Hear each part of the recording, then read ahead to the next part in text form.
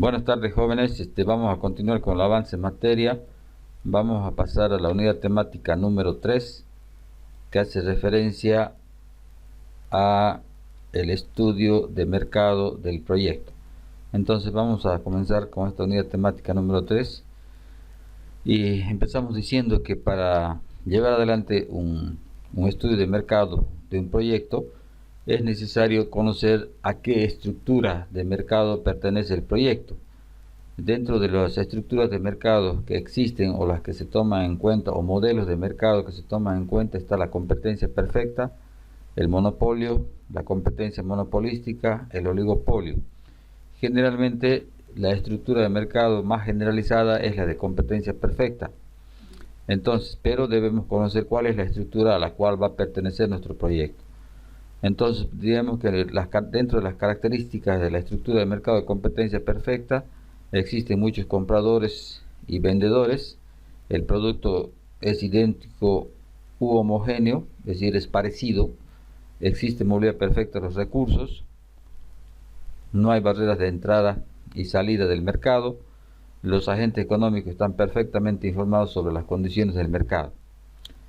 Después, el monopolio, que es una distorsión de la estructura de mercado, de las estructuras de mercado de competencia.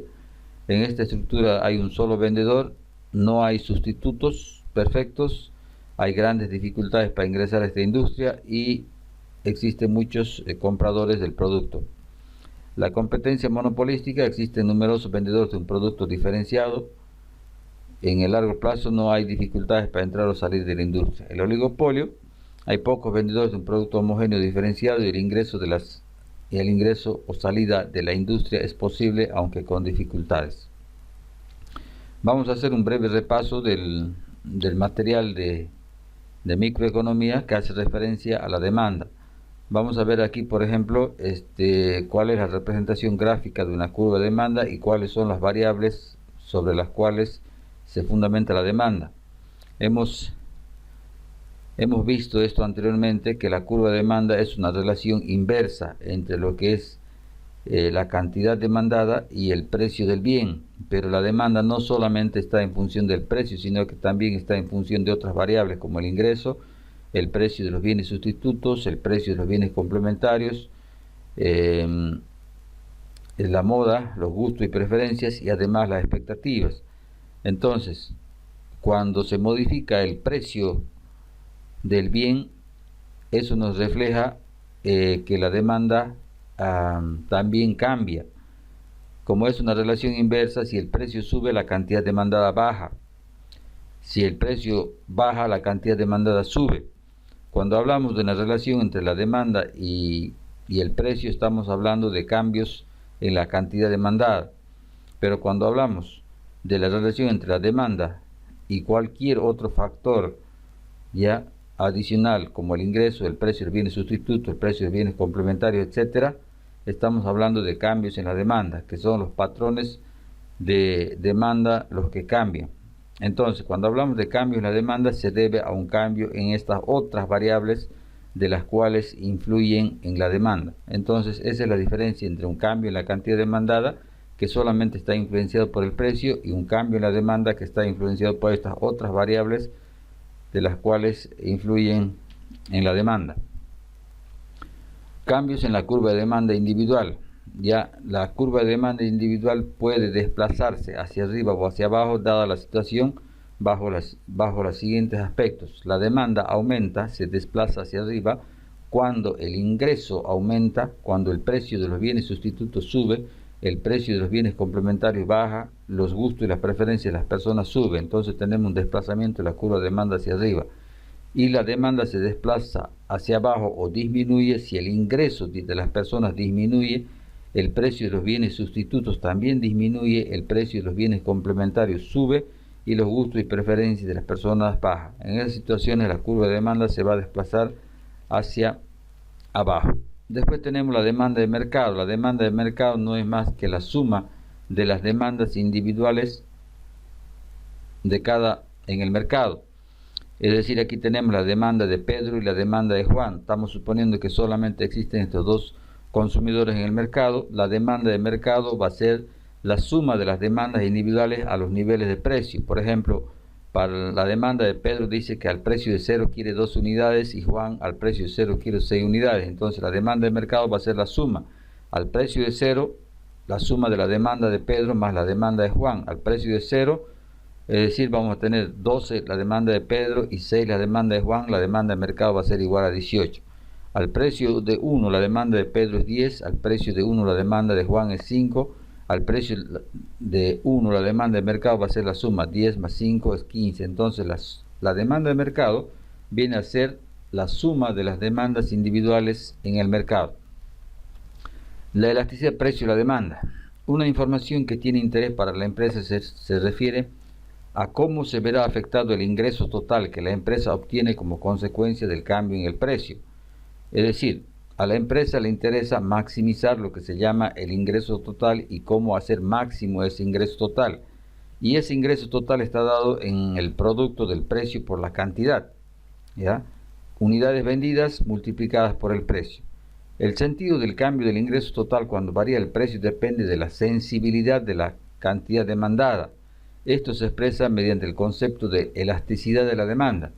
En otras palabras, el empresario quiere saber cómo se afectará la demanda si es que hay un cambio en el precio.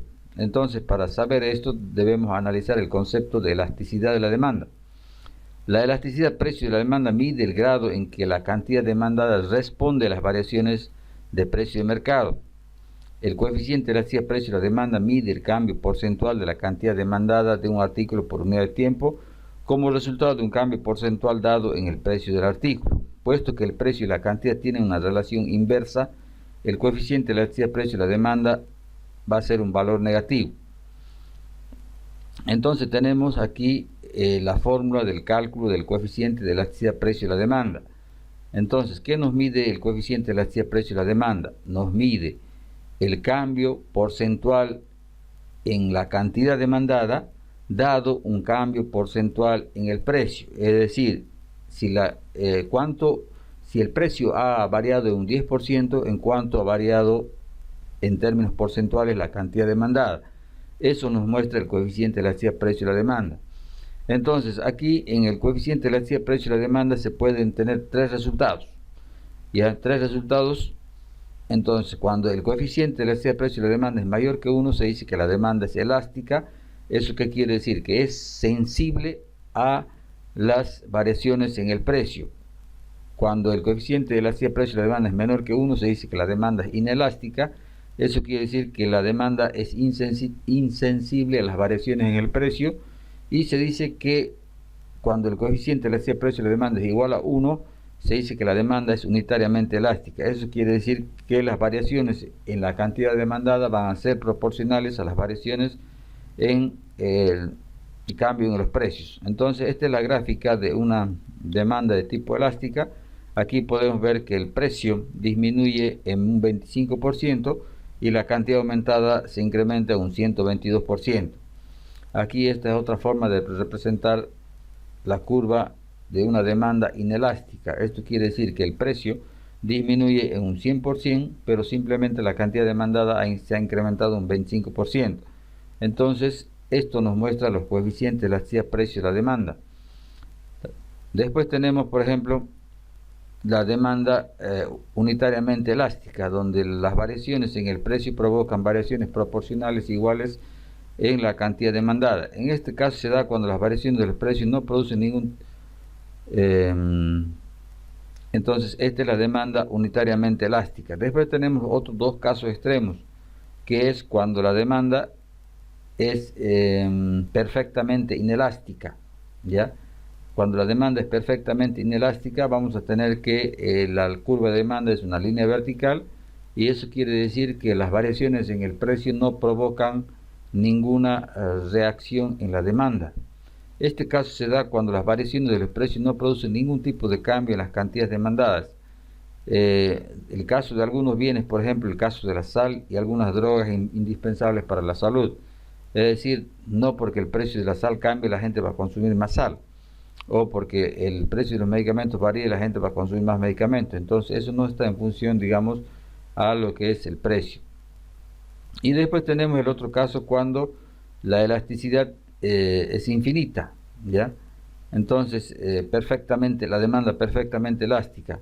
La elasticidad es de cero porque cuando cambia el precio no se produce cambio alguno en la cantidad demandada. En este caso se da cuando una pequeña reducción en el precio induce a que los consumidores aumenten su compra desde cero hasta la cantidad que puedan adquirir. Entonces, cuando hablamos de la demanda perfectamente inelástica, hacemos referencia a que la curva de demanda es una línea vertical. Y cuando hablamos de una curva de demanda perfectamente elástica, estamos hablando de que tiene una curva horizontal en un cierto nivel de precios. Entonces, ¿para qué nos sirve, digamos, conocer la elasticidad? Relación entre la elasticidad y el ingreso total. Entonces, el empresario le interesa saber cuál es la política de precios que va a aplicar para su proyecto. Entonces, por ejemplo, cuando el empresario se enfrenta con un coeficiente de elasticidad precio de la demanda menor que 1, su política debe ser incrementar el precio, ¿ya? ¿Por qué? Si estamos diciendo que el coeficiente de elasticidad precio de la demanda es menor que 1, eso quiere decir que la demanda es insensible y que no va a haber cambios significativos en la demanda. Entonces, la política para el empresario va a ser subir el precio. ¿Por qué? Porque la demanda casi se va a mantener y el empresario logra maximizar su ingreso. Cuando tenemos un coeficiente de elasticidad precio de la demanda mayor que 1, entonces la política del empresario debe ser bajar el precio. ¿Por qué? Porque la demanda es altamente sensible y lo que provoca es una disminución del precio, pero un gran aumento en la cantidad demandada. El otro caso es cuando tenemos un coeficiente de elasticidad precio de la demanda igual a 1, que quiere decir que la demanda es unitariamente elástica. En este caso, el empresario le da lo mismo, mantener el precio, ¿ya? ¿Por qué? Porque el hecho de que si la demanda es unitariamente elástica, no va a cambiar la cantidad demandada, no se va a modificar. La oferta individual de un artículo. Entonces vamos a repasar también un poquito el concepto de oferta. Aquí tenemos las gráficas, cambios en la cantidad ofertada. La oferta es una relación directa entre la cantidad ofertada y el precio del bien, y también es una relación entre la cantidad ofertada, el precio del bien y otras variables, por ejemplo, como el precio de los factores de producción, el número de oferentes en el mercado, la tecnología, etcétera. Entonces podemos hablar de que cuando hablamos de una relación directa, decimos que cuando el precio sube, la cantidad ofrecida del bien también se incrementará. Al precio de 1, la cantidad ofrecida es 2, al precio de 2, la cantidad ofrecida es 4, al precio de 3, la cantidad ofrecida es 6. Entonces la oferta nos muestra una relación directa entre el precio y la cantidad. Cuando hablamos de cambios en la oferta, estamos hablando de una modificación de las otras variables que afectan la oferta, manteniéndose constante el precio.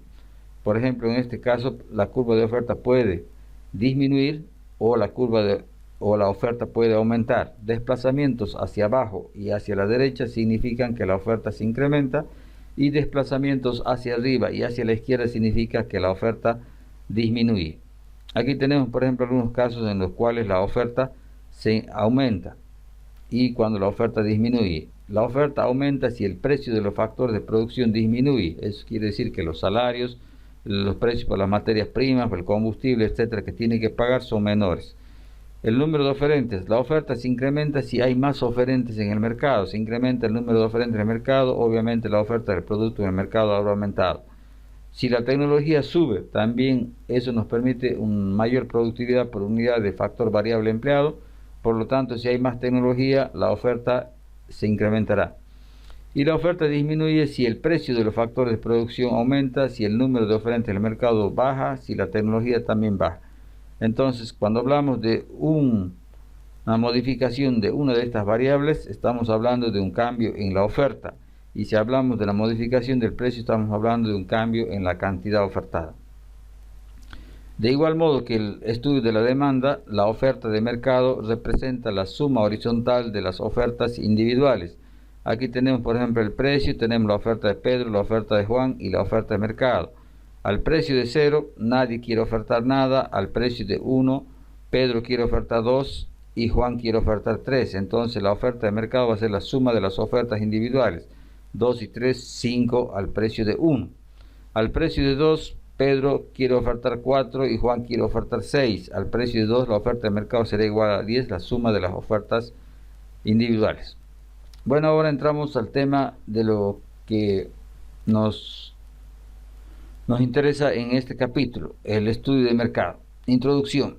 Los objetivos particulares del estudio de mercado serán ratificar la posibilidad real de colocar el producto o servicio que elaborará el proyecto en el mercado. En otras palabras, ver si nuestro producto elaborado por el proyecto va a tener asidero en el mercado, va a tener, digamos, respuesta de parte de los consumidores.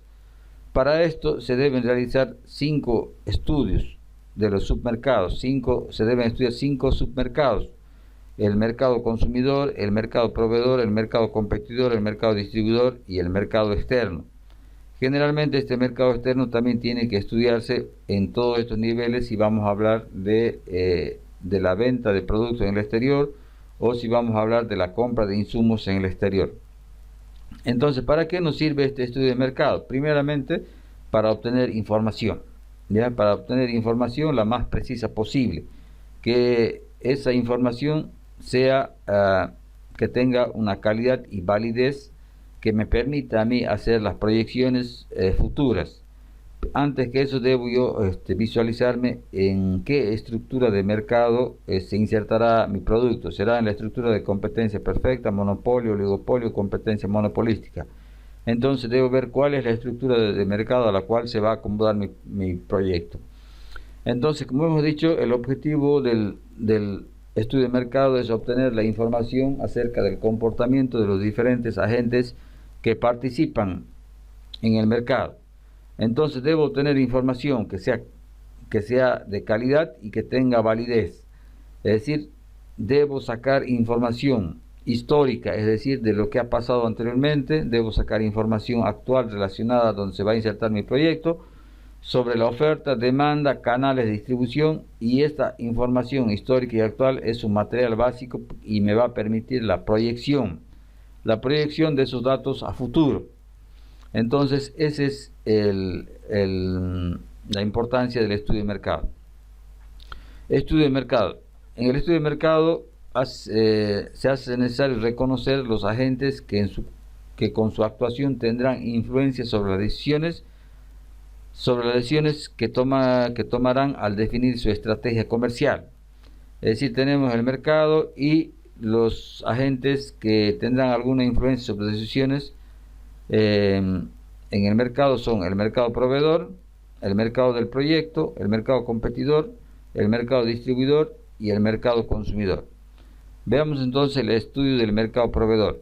El estudio del mercado proveedor hace referencia a el estudio de lo que son nuestros proveedores, quienes nos van a vender, ya sea materia prima, productos, servicios, insumos, etcétera. Entonces aquí tenemos que analizar cuál es la dependencia extrema de la calidad, cantidad, oportunidad de la recepción y los costos de los materiales. Es decir, a quién le vamos a comprar y si nosotros dependemos, digamos, si existe una dependencia extrema de la calidad, o porque no solamente un proveedor nos puede vender, sino que existen otros proveedores que también nos pueden vender y que se mantiene la calidad. Entonces a eso se refiere la dependencia extrema de la calidad, que nosotros tenemos que ver si nuestro producto se apega a una definición extrema de la calidad. También tenemos que ver el tema de la cantidad, la oportunidad de recepción y el costo de los materiales, es decir, la oportunidad de recepción, en qué tiempo nos puede proveer y también cuál va a ser el costo de los materiales. Necesitamos aquí también una información histórica, una información presente, y eso nos va a permitir proyectar a futuro. Debemos saber cuáles son las condiciones de pago de las materias primas e insumos, es decir, están dispuestos a darnos un crédito por un tiempo determinado, y además debemos ver la competencia por los insumos. Es decir, existen empresas que a veces no tienen nada que ver con el proyecto, pero sí utilizan de manera similar los insumos, entonces debemos ver la competencia por los insumos. Zapac Chaín aquí, por ejemplo, pone de ejemplo el tema de la fabricación de pectinas. Entonces, ¿qué es la pectina? La pectina es una fibra natural que se encuentra en las paredes celulares de las plantas y alcanza una gran concentración en las pieles de las frutas. Es muy soluble en agua y se une con el azúcar y los ácidos de la fruta para formar un gel. Entonces la pectina es una fibra natural que se utiliza tanto en el ámbito de la medicina, también se utiliza por ejemplo en la fabricación de gelatinas, en la fabricación de soluciones tipo gel, etcétera. Entonces la fabricación de pectinas dice la materia prima, el insumo principal es la cáscara de limón, es la materia prima. Entonces, teniendo en cuenta de que existen empresas que producen aceites esenciales a base de limón y desechan la cáscara de limón, entonces el costo de la materia prima prácticamente se acercaría a cero, que sería solamente la recolección de esa cáscara de limón. Entonces, este proyecto, bajo esa perspectiva, parece tener muchas probabilidades de ser viable, pero eso hace necesario estudiar, digamos, si la fábrica de aceites esenciales que nos va a proporcionar la materia prima va a ser sostenible en el tiempo. Entonces, para eso, ¿qué se hace? Se estudia el mercado de los aceites esenciales, es decir, se ve su demanda. Entonces, se hizo, dice, según el planteamiento que nos propone Zhapak Chain, se hizo el estudio de mercado y se ve que la demanda en el mercado de aceites esenciales tiene una demanda insatisfecha. Por lo tanto, los fabricantes de aceites esenciales van a tener, digamos, un mercado asegurado. Pero no solamente se ve esa parte del mercado de los aceites esenciales, sino también se ve el mercado de proveedores de la fábrica de aceites esenciales, que son los productores de limón. En ese análisis, en esa información del mercado proveedor de limones, se ve que el precio del limón es variable y en determinados tiempos, debido a factores estacionales, es decir, el precio del limón puede variar. Y obviamente también se ve el mercado internacional de limón, donde por ejemplo los productores locales de limón tenderían a vender su producto a nivel internacional y obviamente a un incremento de precios. Pero revisado esa situación, se ve que los márgenes de utilidad de los que fabrican aceites esenciales en base a limón tienen elevadas ganancias, por lo que el incremento del precio sería cubierto por los fabricantes de aceites esenciales. Entonces, por lo tanto, se denota de que el precio o los factores estacionales y el incremento del precio del limón no implicaría, digamos, que la fábrica de aceites esenciales dejaría de producir, y por lo tanto se tendría una materia prima asegurada. En el estudio de mercado proveedor deberán estudiarse todas las alternativas de obtención de las materias primas, costos de las materias primas, cuáles son las condiciones de compra de las materias primas, cuáles son los sustitutos de esa materia prima en caso que no pueda encontrarla, cuál es la durabilidad, necesidad de infraestructura especial para almacenar, oportunidad y demora en la recepción, disponibilidad, seguridad en la recepción, etc. En todos los aspectos que tengan que ver con la materia prima es necesario tomarlos en cuenta. Veamos ahora el estudio de mercado competidor. Cuando hablamos de competidor, estamos hablando de competidor indirecto y del competidor directo. El competidor indirecto es el relacionado con algunos servicios y bienes a competir con otros proyectos no relacionados con el proyecto debido a la escasez. ¿Esto qué quiere decir? Que existen proyectos que utilizan los mismos bienes, los mismos insumos o los mismos servicios que el proyecto, y si existe escasez en el mercado de estos bienes, de estos factores de producción, el proyecto tendrá que competir con esos otros proyectos que no están ligados directamente al mismo rubro de producción del proyecto. El competidor directo. El competidor directo hace relación a las empresas que producen un bien similar u homogéneo al del proyecto. Entonces aquí tenemos que ver nosotros, estudiar la estrategia comercial que estos o que nuestros competidores han desarrollado. Debemos conocer esa estrategia comercial, debemos conocer los precios a los que venden el producto, las condiciones de pago que realizan los consumidores por el producto, los plazos y costos de los créditos que ofrecen, es decir, los plazos y costos de crédito que ofrecen los productores a los consumidores, los descuentos por volúmenes y pronto pago, es decir, están dispuestos a realizar descuentos por pronto pago y de acuerdo a la cantidad que se compre, el sistema promocional que utilizan, la publicidad, los canales de distribución que emplean para colocar sus productos, la situación financiera de corto y largo plazo. Es importante reconocer que el producto o servicio que venderá el proyecto no siempre corresponde a lo que compra el consumidor, dado la diferenciación del producto o el complemento promocional del producto ofrecido. Puede darse en caso de que el consumidor estaba comprando un determinado producto, pero si ingresa el proyecto con un producto diferenciado, digamos, el consumidor se va a ver beneficiado. ¿Por qué? Porque va a obtener un plus. Tal vez puede ser en un envase reutilizable o que tenga mejores condiciones en cuanto al acceso del producto. Estudio de mercado distribuidor. El estudio de mercado distribuidor debemos ver la disponibilidad de un sistema que garantice la entrega oportuna de los productos al consumidor. Aquí debemos ver los costos de distribución, que son en todos los casos factores importantes que se deben considerar, ya que son determinantes en el precio al que llegará el producto al consumidor, por tanto será determinante en la demanda que deberá enfrentar el proyecto. Es decir, aquí en el mercado distribuidor debemos ver cuáles son nuestros intermediarios, ¿ya? Y cuánto va a costar, digamos, la intermediación para que llegue el producto al mercado. Y eso debemos incluirlo en los costos de nuestro proyecto, porque en determinadas cosas nuestro proyecto va a tener que bajar el precio para pagar a esos intermediarios. El mercado del consumidor. Los hábitos y las motivaciones de compra serán determinantes al definir tanto al consumidor real, al que toma la decisión de compra, como la estrategia comercial que deberá diseñarse para enfrentarlo en su papel de consumidor. Ante la posible multiplicidad de alternativas en su decisión de compra, es decir, nosotros debemos estudiar al consumidor y los hábitos y las motivaciones de compra que tiene el consumidor. Después tenemos el mercado externo. En el mercado externo vamos a recurrir a fuentes externas de abastecimiento de materias primas, obliga a consideraciones y estudios especiales que se diferencian del abastecimiento en el mercado local. Otro aspecto es relevante si el proyecto considera vender localmente y al exterior. Es decir, el mercado externo se hace referencia cuando el proyecto piensa comprar las materias primas en el exterior, o en el caso de que el proyecto quiera incurrir en el mercado en el exterior, realizar las exportaciones también va a ser importante, y debemos hacer estos 4 estudios anteriores, pero en el mercado externo. Los objetivos del estudio de mercado. Los objetivos del estudio de mercado son la recopilación de información de carácter económico que repercuta en la composición del flujo de caja del proyecto. Entonces, ese es el objetivo del mercado: recopilar la información de carácter económico que repercuta en la composición del flujo de caja del proyecto. ¿Cuál va a ser la información que repercuta en la composición del flujo de caja del proyecto? Generalmente está dada por la inversión, los costos, los gastos y los ingresos.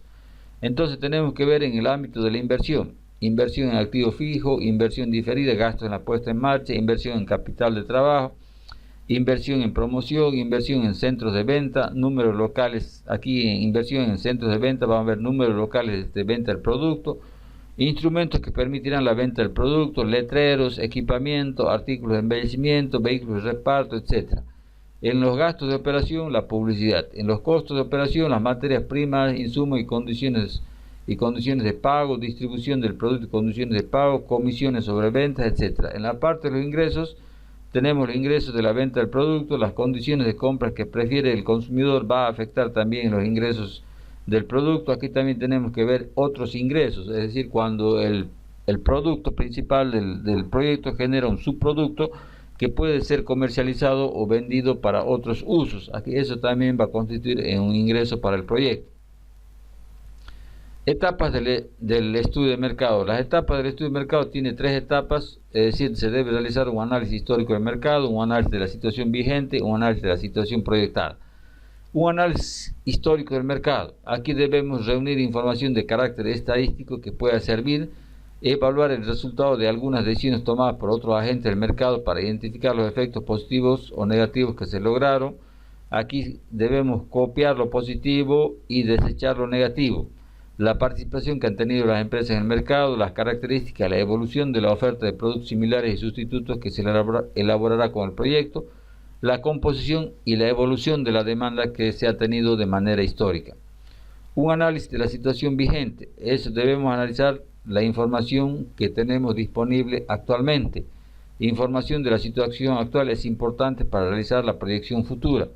Un análisis de la situación proyectada. La información histórica y vigente analizada permite proyectar una situación suponiendo el mantenimiento de un orden de cosas que con la sola implementación del proyecto se debería modificar. Aquí debemos diferenciar la situación proyectada con proyecto y la situación proyectada sin el proyecto, que ambas van a ser diferentes.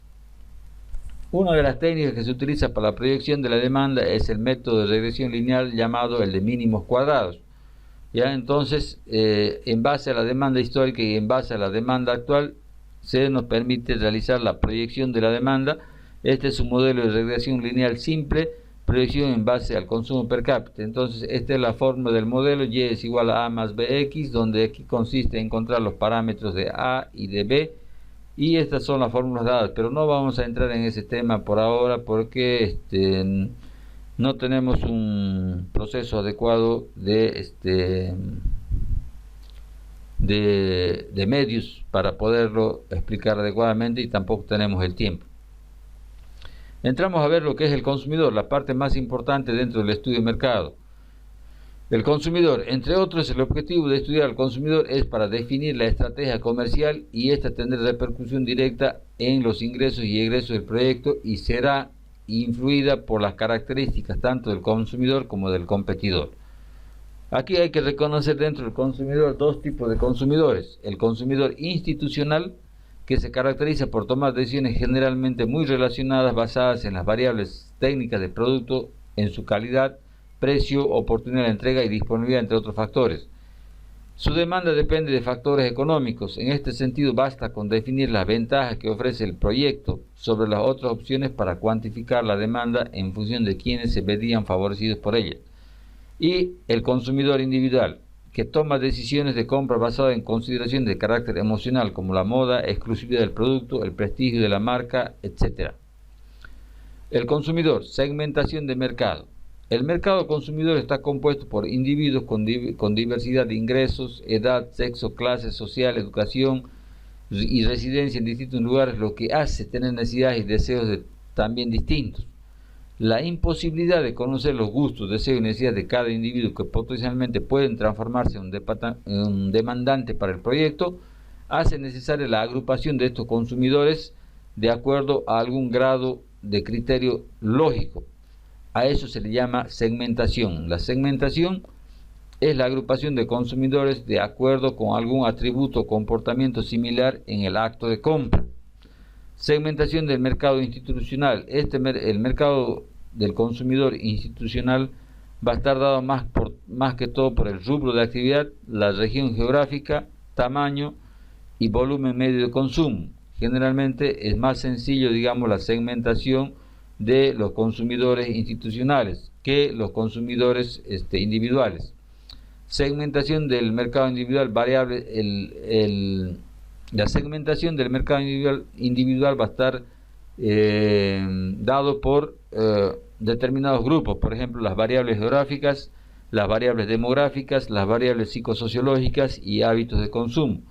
Cuando hablamos de variables geográficas, estamos hablando de las zonas donde vive el consumidor. No es lo mismo una persona que vive en La Paz o una persona que vive en Santa Cruz o que vive en Cochabamba. Entonces, ¿a quiénes vamos a vender nuestro producto? Entonces vamos a segmentarlos de acuerdo al lugar donde el consumidor esté ubicado dentro del país, el territorio geográfico. Después tenemos las variables demográficas. Aquí tenemos que considerar edad, sexo, tamaño del grupo familiar, nivel ocupacional, profesión, religión, nivel de ingreso, patrones de gasto y número de hogares y número de habitantes. Entonces, estas son las variables demográficas. Después tenemos las variables psicosociológicas, es decir, aquí vamos a analizar, por ejemplo, quién toma la decisión de compra, el grado de autonomía en la decisión de compra, el grado de conservadurismo, la clase social, etc. Entonces, estas son variables psicológicas. Hábitos de consumo, cómo acostumbra a consumir el demandante individual, al contado o al crédito, diario, semanal o mensual, lo hace por motivación o lo hace por el grado de lealtad con la marca o un centro de venta. Entonces, esos son los hábitos que nosotros debemos considerar en el estudio del consumidor. Entramos a ver ahora la estrategia comercial. La estrategia comercial va a estar dado tomando en cuenta cuatro aspectos importantes: el producto, el precio, la distribución y la promoción. Ya, entonces estos cuatro aspectos vamos a ser bien tomados en cuenta. Empecemos con el producto. El producto. En el estudio de mercado se debe describir al producto con sus especificaciones técnicas y todas sus características, atributos tangibles, forma, tamaño, color, y así también aspectos de tipo intangible como la marca, imagen de la empresa, servicio, que el comprador acepta en principio como algo que va a satisfacer su necesidad.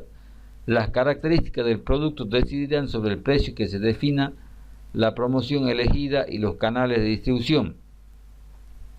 El análisis para hacer esto, digamos, es necesario aquí identificar el ciclo de vida del producto. El análisis del ciclo de vida del producto ayudará a definir el comportamiento de las ventas esperadas. El ciclo de vida del producto es la evolución de las ventas de un producto o servicio durante un tiempo que permanece en el mercado. La marca, también vamos a analizar la marca para hacer la marca o para hacer la marca vamos a contratar una empresa para la realización de la marca, el logo y la introducción y todos los otros aspectos que tengan que ver con la presentación del producto. Después tenemos el envase. ¿Cuál va a ser la forma, color, texto del mensaje en que va a ir en el envase, tamaño o uso, etcétera? ¿Va a ser reutilizado el envase? Todos esos aspectos tenemos que ver con el tema de la marca y el envase. Aquí vamos a ver el ciclo de vida del producto.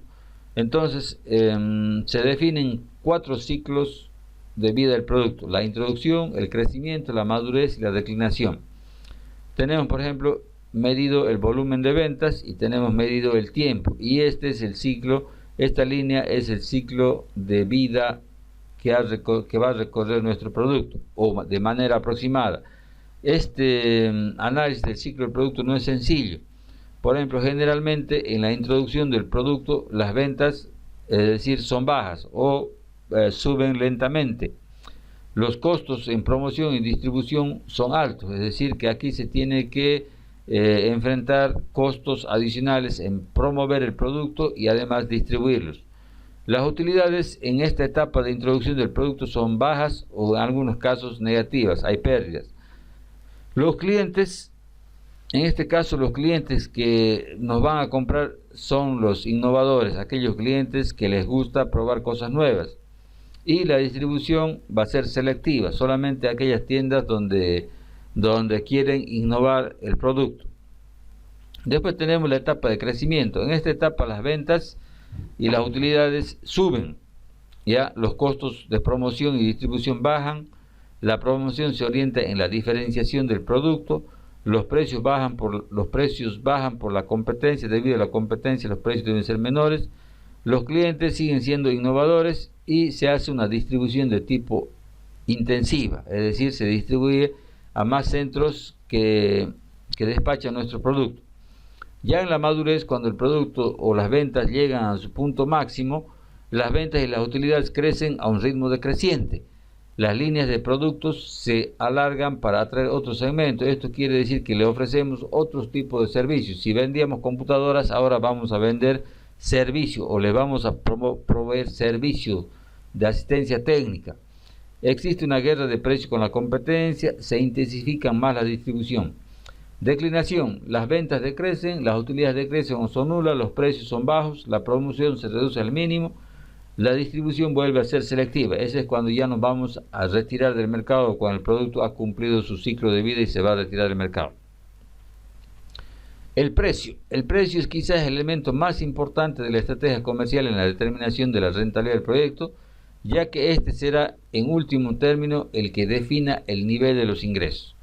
Es decir, el precio está ligado, digamos, con las condiciones de crédito, el porcentaje de cobro al contado, el plazo de crédito, el monto de las cuotas, la tasa de interés implícita en las cuotas, los descuentos por pronto pago, los descuentos por volumen, etcétera. Entonces, todos estos aspectos tienen que ver con el precio y los hábitos de consumo del demandante individual.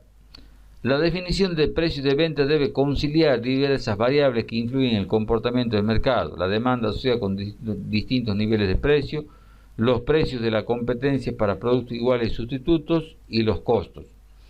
Entonces, existen dos técnicas que se proponen para establecer el precio de venta. La definición del precio de venta debe considerar diferentes variables propias del mercado del producto. Además de considerar las variables del mercado, las técnicas más utilizadas en la fijación del precio de venta son las siguientes. Precio de venta, margen sobre el precio. Es decir, precio de venta, margen sobre el precio va a ser igual a J multiplicado por el precio de venta más el costo unitario. De donde sale que el precio de venta va a ser igual al costo unitario dividido entre 1 menos J, donde J es el margen sobre el precio de venta. PB es el precio de venta, CU es el costo unitario y J es el margen sobre el precio de venta. Después tenemos el precio de venta margen sobre el costo. El precio de venta va a ser igual al costo unitario más el costo unitario multiplicado por H, donde H es el margen sobre el costo unitario, donde el precio de venta va a ser igual al costo unitario multiplicado por 1 más H. Después tenemos la distribución. La distribución es la actividad que permite al proyecto hacer llegar el producto en el lugar adecuado y en el momento oportuno al consumidor identificado. En este caso vamos a seleccionar mediante un análisis costo-beneficio el canal más adecuado que me va a permitir hacer llegar el producto al mercado. Para determinar los costos por este concepto y los niveles de venta que tendrá el proyecto es preciso efectuar una selección estimativa de los intermediarios que se utilizarán. Debemos confirmar la posibilidad real de contar con los canales respectivos, es decir, de que realmente existen los canales para realizar la distribución. Promoción. La promoción consiste en actividades intencionadas que pretenden transmitir las cualidades del producto a consumidores potenciales o reforzar su preferencia a consumidores establecidos a través de estímulos y acciones limitadas en el tiempo y en el espacio, dentro del mercado o conglomerado social. El objetivo de definir las políticas de promoción es cuantificar su costo más que definir el sistema en sí, es decir, debemos saber cuánto me va a costar la promoción. Cada alternativa de promoción lleva asociados costos y beneficios diferentes que deben en todos los casos compararse para elegir la mejor de las alternativas. Bueno, jóvenes, eso ha sido el desarrollo de la unidad temática número 3. Ustedes ya tienen el contenido en cuanto a diapositivas, el contenido en cuanto al texto, y ahora voy a pasarles el video para que tengan el contenido completo, y si tienen algunas dudas o preguntas lo resolvemos en clase. Buenas tardes, jóvenes.